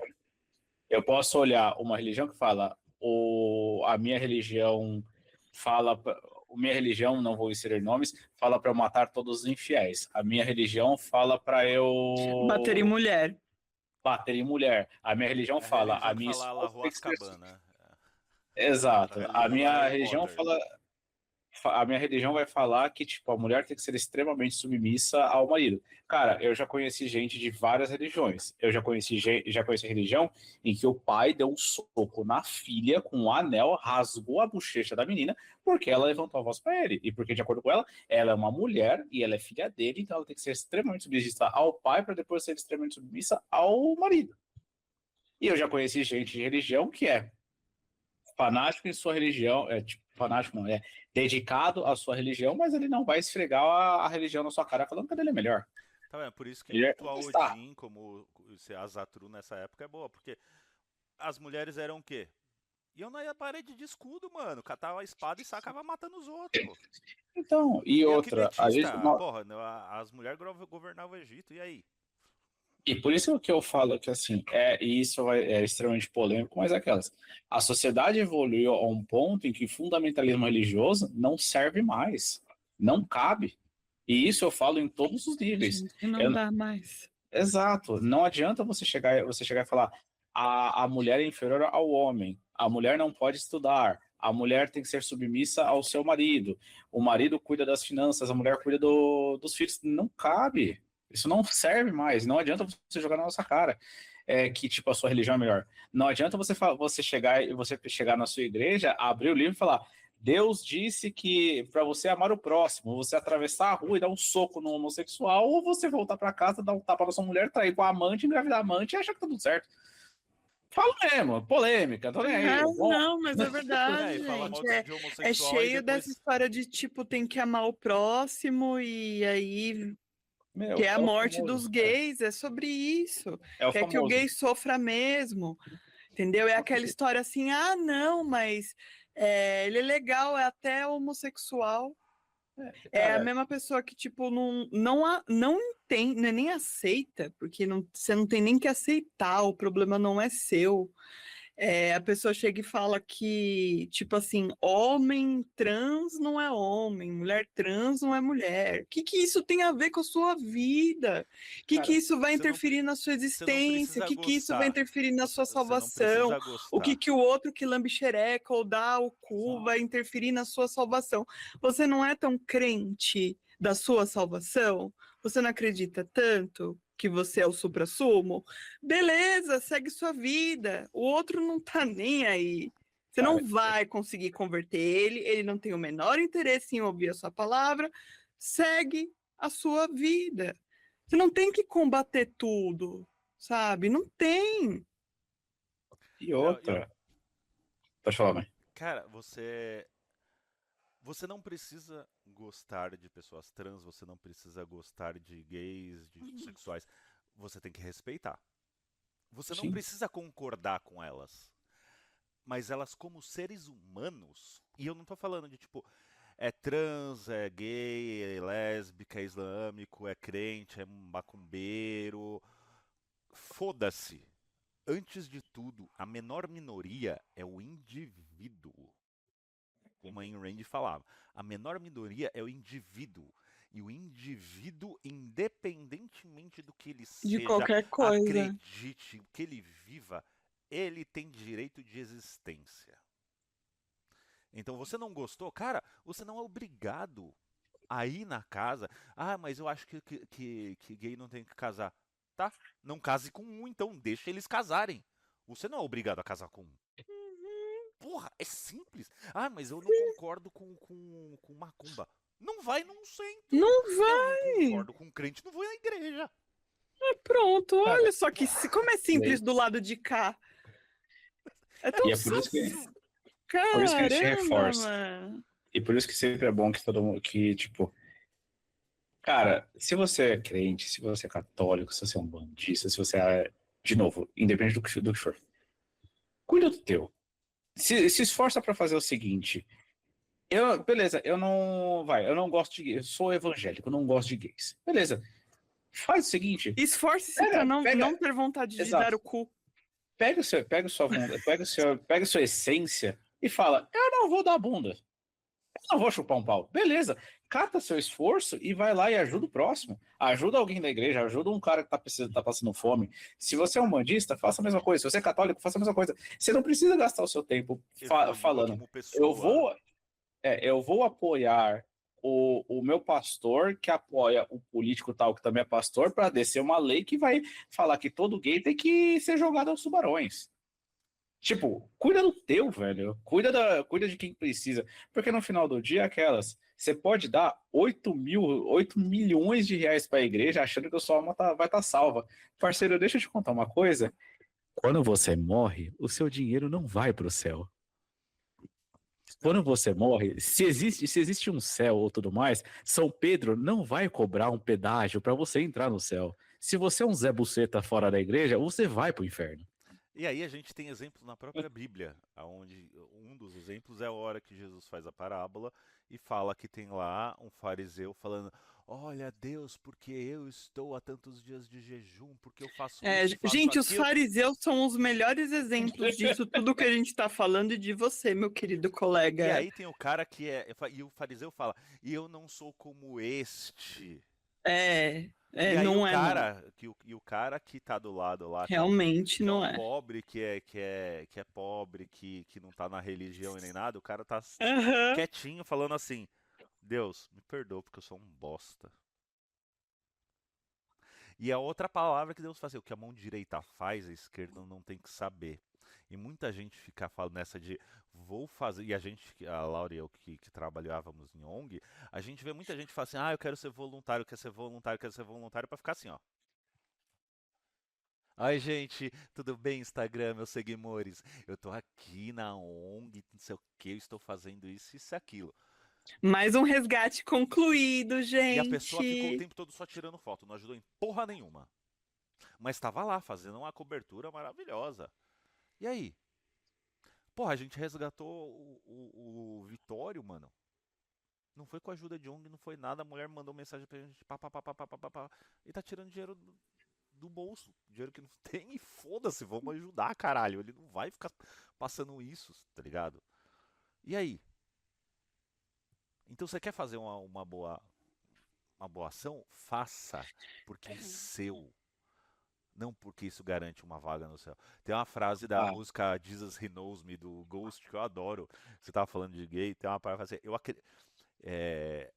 a música fala assim, Jesus, ele me conhece. Porque Jesus, ele me conhece, ele sabe que eu tô certo. Eu venho falando com Jesus durante toda a minha vida, ele me conhece, ele sabe que eu tô certo. Eu acredito na família, com a minha sempre amável esposa ao meu lado. Mas ela não sabe sobre minha namorada nem o cara com quem eu saí ontem à noite. Aí eu lembro do filme Beleza Americana, que é a mesma Aham. coisa. O cara super conservador e não sei o que, e você chega no final das contas, o cara só não sabia lidar com a própria homossexualidade. Porque ele foi criado pra ser um conservador de merda e não aceitar que ele, como ser humano, pode não estar fazendo parte daquele senso social Gente, e é aquilo. Freud já dizia, vou botar bem chulamente o seguinte: aquilo que te incomoda no no outro, outro. aquilo que você quer destruir, silenciar, aquilo que você quer apagar, aquilo que você não quer ver, ele fala muito mais sobre você do que sobre o outro. Então, se você é uma pessoa que se incomoda com a homossexualidade do amiguinho, se incomoda com o tambor que o outro tá tocando, se incomoda com o padê que tá fazendo, com a vela que tá acendendo, se tem estátua em casa, de Maria ou de Exu, tanto faz. Se isso te incomoda, é porque tem alguma coisa dentro de você que não está bem resolvida quanto a esse tipo de situação. Não é sobre o outro. Juro. Vai, acredita. Acredita mesmo. É sobre você. Então, faz uma reflexão aí que eu acho que vale a pena. O tanto de coisa que eu já, de pessoas que eu conversava, eu tenho um fato para pessoas que tem algo escondido. Às vezes, já teve umas vezes da Laura falar assim, nossa, por que tal pessoa? Eu falo assim, mano, tá escondendo, velho, tá escondendo o jogo. E aí, porra, mesmo na igreja. E tal pessoa ali. Aí começar a trocar ideia, tipo, meia hora de conversa. Então, mas porque eu já saí com uma amiga, porque eu queria fazer assim com 3 pessoas, e não sei o que, não sei o que lá. Irmãzinha da oração, olha só. Então, o que a Rafa falou sobre Freud, o que te mais incomoda no outro, pode ser algo em você. E não necessariamente é porque você tem uma vontade de exploração sexual.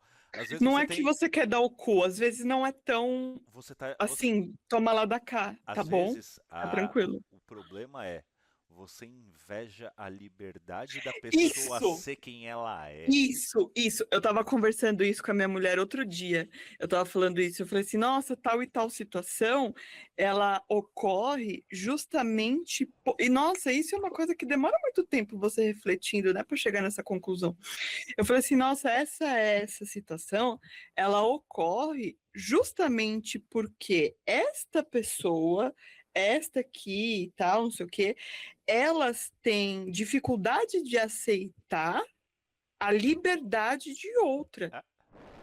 A coragem que outra pessoa teve, o peito que outra pessoa teve, a loucura que outra pessoa teve, o nome que você quiser dar. Você se deparar com esse, tipo assim, romper barreiras de alguém, mostra, se você não estiver bem com você mesmo, coloca, tipo, esfregado na sua cara, talvez o quão covarde você é. Porque você está se Ou importando quão mais com o status frágil social, você é, a sua personalidade e tudo mais. Quão inseguro você é. E isso vai te trazer um incômodo, porque vai escancarar isso para você, vai falar assim: poxa, como é que o outro teve coragem de fazer isso? Eu jamais teria coragem de fazer isso. Entendem como é sutil? Você tem que se conhecer muito bem para você conseguir pegar esse, poxa, eu jamais conseguiria fazer isso, olhar e falar assim: putz, por que que eu não conseguiria fazer isso? E por que que o outro fez? Tá me incomodando tanto, me causa tanto desconforto. Por que que eu gostaria de atacar o outro? aqui ó, uma coisa que sempre foi debate na minha família. Tatuagem. Ai, mas por que não sei o que, sei o que lá, tal. Tá, a passagem que é falada é em culto aos mortos. Eu faço porque é bonito. Então já. Ah, uma vez que eu bati de frente com a minha família. Ah, mas eu não tô fazendo em culto aos mortos. A passagem tá falando que é em culto aos mortos. Eu não tô fazendo em culto aos mortos. Irei fazer. Ah, não, Hecate, Senhora dos Mortos e tal. Mas, é, aí eu fui espremendo, e minha mãe falou, mas eu não gosto. Eu falei, tá, você não gosta. Mas imagina, aí você vai chegar, vai ficar velho e vai se arrepender. Tá, eu vou ficar velho e vou me arrepender, mas entre eu ficar velho com 80 anos, com as tatuagens pelancuda, e entre os meus 20 anos e os 80, aonde eu passei 60 anos curtindo aquele momento, eu vou ter boas lembranças. Gente, eu acho tatuagem uma coisa muito louca, sabe? Porque é uma forma muito interessante de você conseguir lidar com as coisas da sua vida, as fases dela e de coisas que talvez Todas as você não minhas foram precise por alguma fase modificar. muito foda. Sim, eu tenho tatuagem. Ó, essa daqui e essa daqui é da época que eu era cristã. Nossa, cristã com tatuagem, sim, eu era herege desde essa época. Apesar de já ter uma fase que eu usei coque, usava saião, gente, acreditem, vergonha. Ainda bem que Satã me libertou. Mas assim, Essa foi a vou fase dizer. que a Raiza falou no outro episódio, que ela tinha as amígdalas bem musculosas. Uhum, é isso aí. Então, o que que acontece? Eu não tenho. Pode ser que tenham pessoas que cubram tatuagem, então tudo bem. Eu não tenho vontade de cobrir nenhuma dessas duas tatuagens, apesar delas refletirem uma época em que eu acreditava no cristianismo. Por quê? Eu consigo lidar muito bem com as fases da minha vida. Eu consigo olhar e falar assim: poxa, isso foi quem a Raíza foi um dia. Um dia eu acreditei nisso. Eu não tenho interesse em apagar o meu passado. Eu tô de boa com ele. Eu não sou inimiga do meu passado, das coisas que eu já vivi. Então eu acho isso muito legal, porque é uma ótima forma de você lidar com as decisões e com as escolhas da sua vida. Tatuagem não é só necessariamente uma questão estética, né? Às vezes você tem dinheiro e tempo, a pessoa tinha a máquina e tempo pra fazer. Exato. Você só tava com uma ideia merda na cabeça, tipo, isso aqui. E beleza. Naquele dia eu fiz porque fez sentido pra mim, e ok. Agora, puxando um pouco para magia, tem outras coisas também que aí eu gostaria de falar. É, primeiro, o sincretismo, que o sincretismo de panteões anteriores, o complexos Osíris e Horus do Egito. A concepção vaginal. Isis concebe Horus através do Ka, o espírito vital de Osíris morto, representado na iconografia por um falcão, símbolo do espírito, pairando sobre ela, precursor do iconográfico da pomba, Espírito Santo.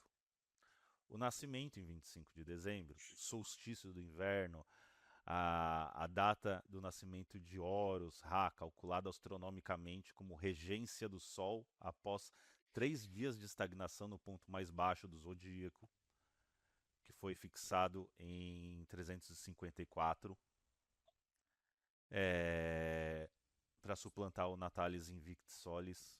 A ressurreição após 3 dias, Osíris desmembrado por Sete, reconstruído por Isis, sem falar de Baco. Ai, caralho, como é o nome dele em grego? Dionísio. Dionísio. Dionísio também, que transformou em vinho, que fez vinho, festa, morreu e foi ressuscitado.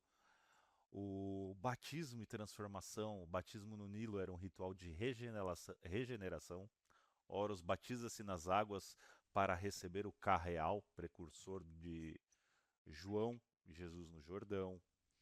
Teve o culto a Mitra, que também o mitraísmo foi um culto de mistérios. Se você escutou o nosso episódio anterior sobre os mistérios iniciáticos, um dos cultos era o mitraísmo, que era um culto de mistérios, mas disseminado entre soldados.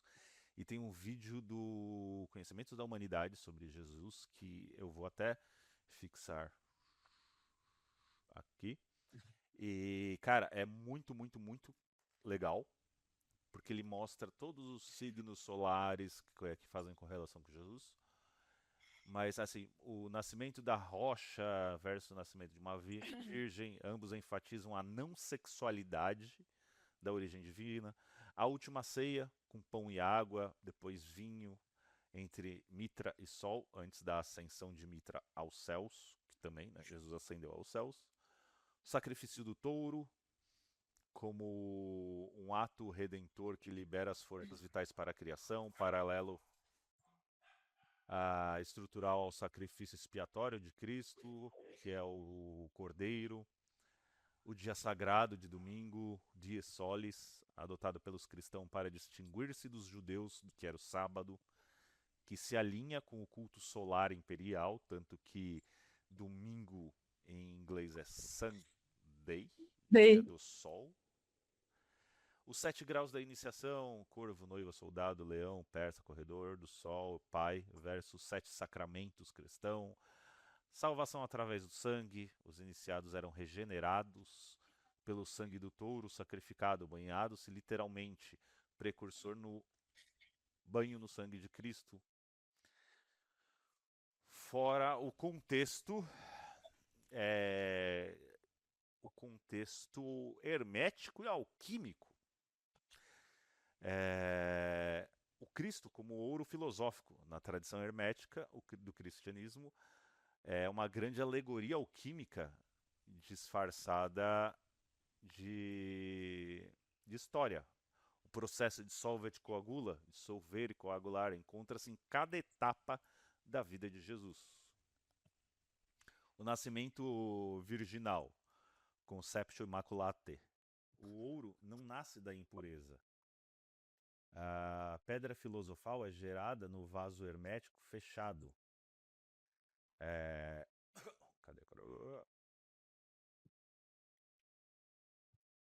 A pedra filosofal hermético, o símbolo do útero virgem da matéria-prima. O batismo de João. O batismo, a imersão na água, representa o solúcio, dissolução do ego rígido na tintura universal. A descida do espírito como pomba volate, princípio espiritual, unindo ao fixum, corpo material. A transfiguração no Monte Tabor, a transfiguratio. Jesus brilha como o sol, como Moisés, que representa a lei e Mercúrio, Elias como profeta e enxofre, e vira o albedo, a brancura, a segunda fase da grande obra, onde a matéria é purificada e reflete a luz divina. Aí tem a paixão e morte, Passio et Mortis, que é a crucificação, que é o nigredo, a putrefação necessária, Jesus como verme, escarabeus, símbolo da autogeração na cruz, morre para o mundo inferior. A ressurreição, o rubedo, o ouro perfeito, o corpo glorificado, soma pneumaticon, é o lapis philosophorum, a matéria espiritualizada, imortal, capaz de curar todas as doenças. A última ceia, o pão, corpo de Cristo, Osíris, Dionísios, Átis, todos os deuses do grãos. Comer o Deus significa internalizar o seu arquétipo. O vinho, sangue, sêmen de Deus, Dionísio era o próprio vinho em algumas tradições. E o vinho é o sêmen da terra. Beber é receber a essência germinativa do Deus.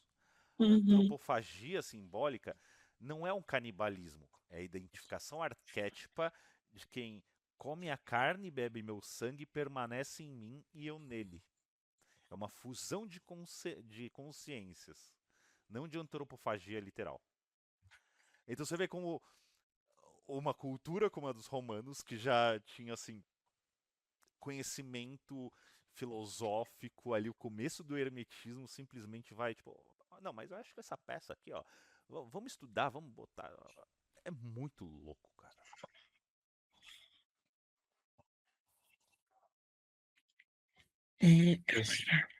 Estudem os arquétipos, estudem bem, estudem a religião, estudem tudo.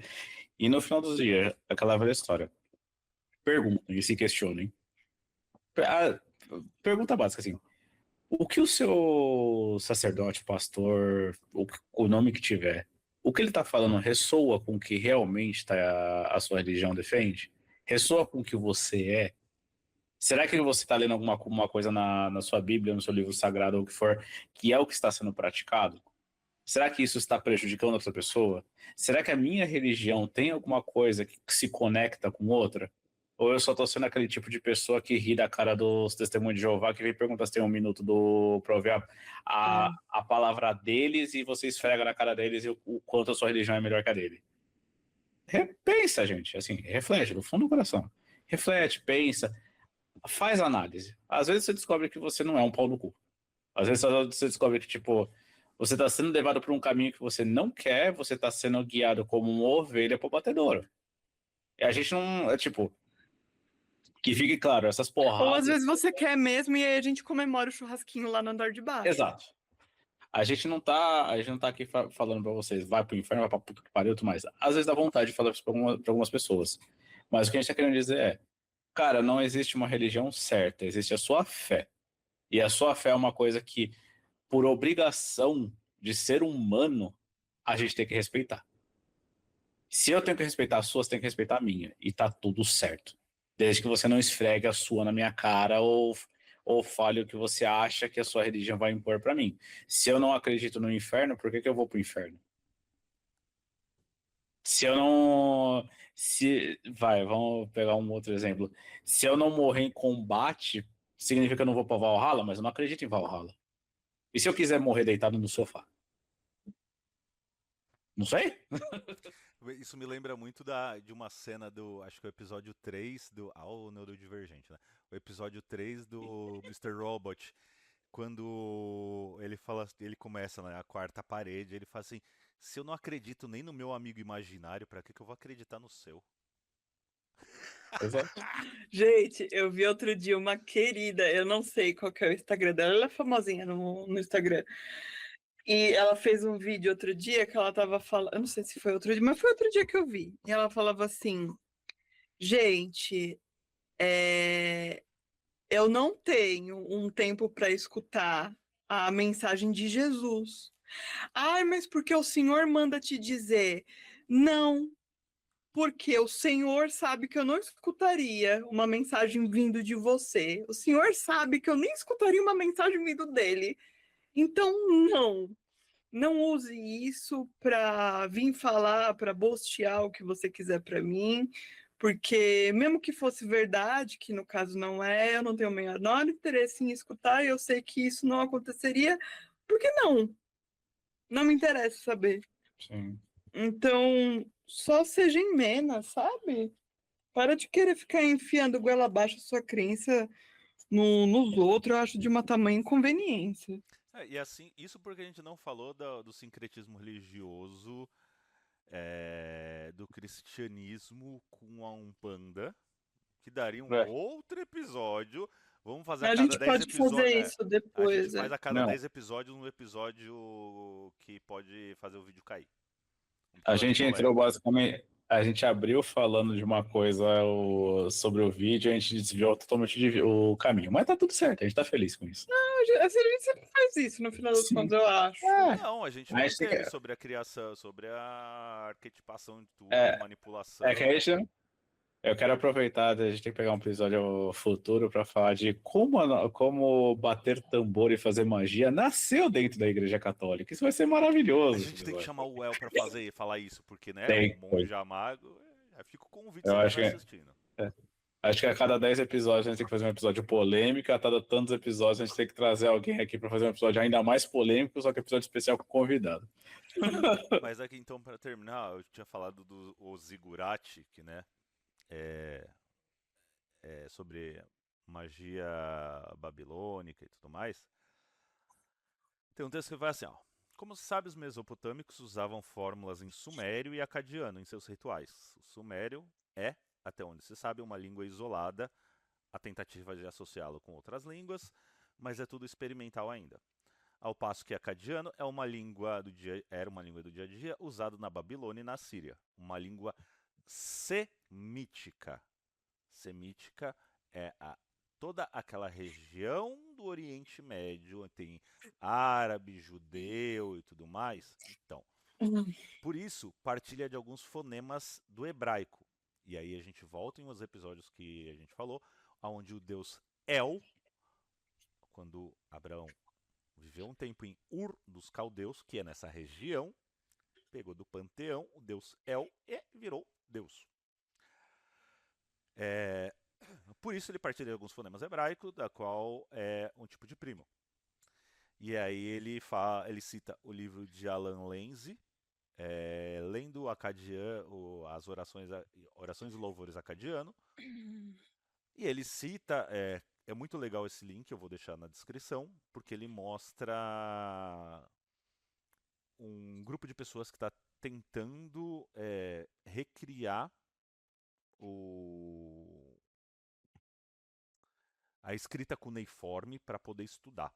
Então tem assim o desenho certinho da escrita cuneiforme e tal. Deixa eu ver aqui se eu consigo fazer o seguinte.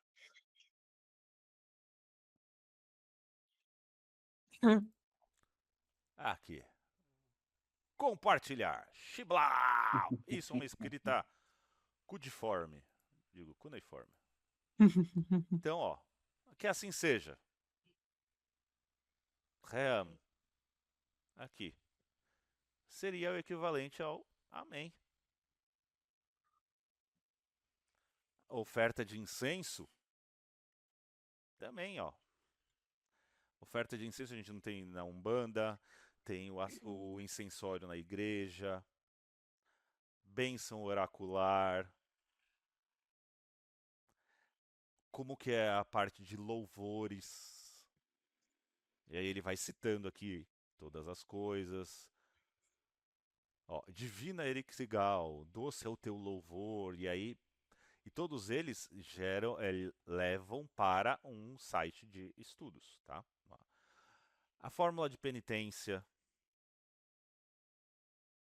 representações que foram encontradas durante escavações arqueológicas. E olha só para nós magistas! Já. O RMP não é cristão, os cristãos copiaram dos babilônicos. Porque quando a gente vê aqui os nomes, a, a minha nas minhas costas, Nergal, à minha direita, Niturta, à minha esquerda, você começa a Esse é o pegar melhor. os arquétipos e você fala, porra, mas aí ao sul, quem que é correspondente de anjo ao sul? Porra, e na minha frente, quem que é? Porra, então eu posso mudar isso para. Aí vocês. A necessidade de um magista sério estudar o hermetismo. E cabala e tudo mais. Quando você entende como funcionam os arquétipos, você consegue adaptar para qualquer coisa. O uso do sal, que a Bíblia tanto fala. Tem até a tradução, ó. Sal, criado no lugar puro, alimento dos deuses, não sei o quê. Limpeza, as traduções, o uso do óleo, o Olha óleo só, o o óleo do óleo. bálsamo de Gileade que limpa as feridas e tudo mais. Então, cara, é um bagulho que você fala, caralho, você é louco, cachoeira. Então, A cara, gente dá imagina pra. que a construção humana não foi simplesmente um livro de manual que desceu do céu e falou, faz. São milênios. Existem pelo menos uns 6.000 anos, eu não lembro é, exatamente qual que é a, o registro mais antigo, mas o que a gente tem como sociedade é entre 6 e 7 mil anos, em que não tinha biblioteca, não tinha internet, não tinha nem correio, para falar que é como os maias faziam, porque não tinha nem maia nessa porra dessa época. E um viajava para o outro e falava, pô, isso daqui é legal, eu vou adaptar para mim. E um adaptava para o outro, que adaptava para o outro, que adaptava para o outro. E assim nós evoluímos para onde estamos. Isso não foi apropriação cultural. O sincretismo ele veio de uma necessidade de evoluir. Eu aprendi com o anterior, isso se Uhum. aplica a mim, então a apropriação cultural é outra coisa e se faz muito. Como tentar matar uma cultura inteira para ressignificar pelo que eu Uhum. acredito. Mas Uhum. nessa época, cara, não existia conhecimento como a gente tem hoje. Então as pessoas faziam trocas e elas adaptavam para a realidade delas. Hecate mesmo. Hecate, ela surgiu na região da Trácia, na Turquia. Os gregos olharam falando, não, esse bagulho é muito louco. E acho que foi um dos papiros mágicos de Zildo, não lembro, que no fim do livro ele coloca a Hecate como uma titã. E aí eles adotam ela. Mas você pega na Trácia, ela era a deusa dos partos, a deusa das casas e tudo mais, e vai para a Grécia como a senhora do submundo. Mas foi crescendo. Se não Uhum. houvesse esse movimento anterior, não existiríamos agora. O que a gente não pode fazer agora, tendo consciência, é vamos apagar o anterior É e o apagamento, foda-se. né? É o apagamento. Não, tá tudo bem você copiar e adaptar para sua prática. A gente faz isso. A gente, como Só dê os devidos magistas, créditos, né? a gente como magista estuda as coisas exatamente para saber como funciona e adapta para nossa realidade, mas a gente não tenta suplantar e falar, não, a minha versão é a final e foda-se. O resto tá errado, fui eu que escrevi. Não, é copia e tal, beleza.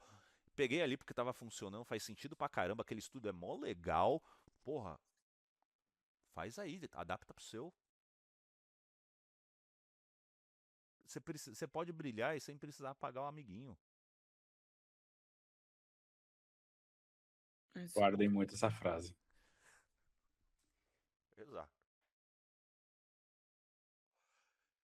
E temos 1 hora e 53 minutos, amigos. Amores. Minhas quengas do coração. querem É deixar isso. beijos. Esse episódio aqui Muito foi. Eu obrigada, hein, achei que a gente pessoal? não ia conseguir falar muita coisa. Eu fiquei com Nossa, medo. Aí eu falei, não, começou a falar, mano. a Ainda gente vai falta embora. coisa, dava pra Não, ficar mas mais 2 horas. a gente foi respeitoso. Uhum. Acho que a gente não pegou nada que fosse assim. A É, única coisa que a gente fez foi mostrar que, cara, não é invenção da roda. O que você é. chama de Bíblia, isso porque eu não peguei nesses pontos.